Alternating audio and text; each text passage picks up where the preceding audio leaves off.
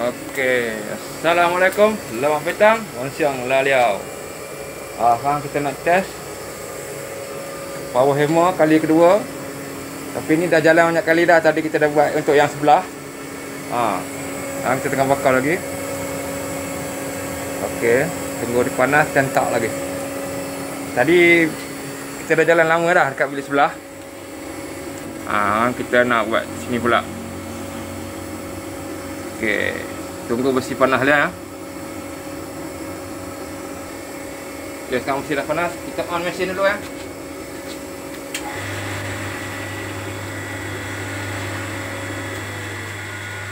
Okey, blower kita dah tutup.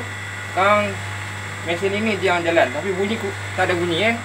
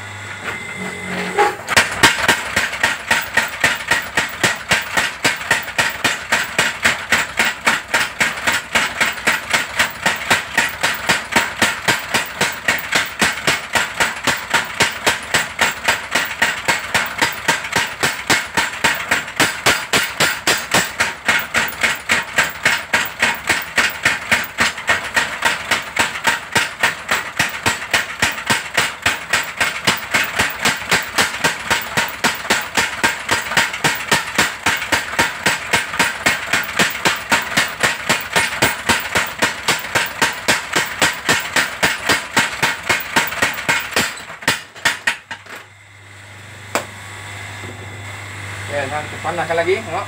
Ini tadi lah habis.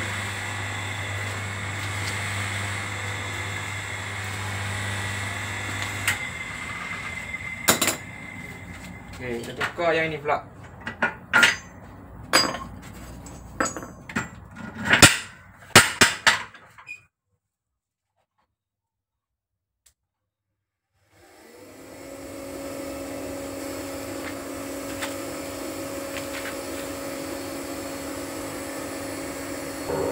Okey.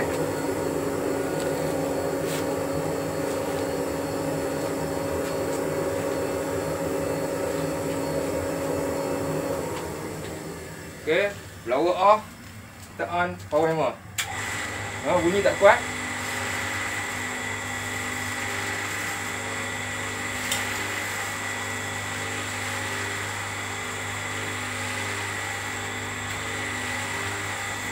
Ayah tak ada tong ke? Itu yang susah tu. Tong tak ada.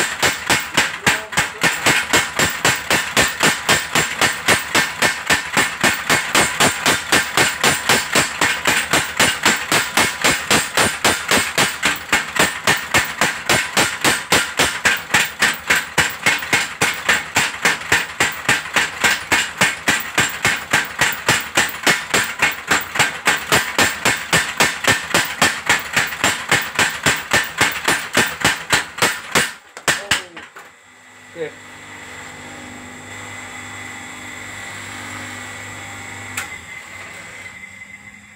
Alright. Cukup sampai di situ saja ya. Assalamualaikum, selamat petang, Wan Siang. Ciao, sin.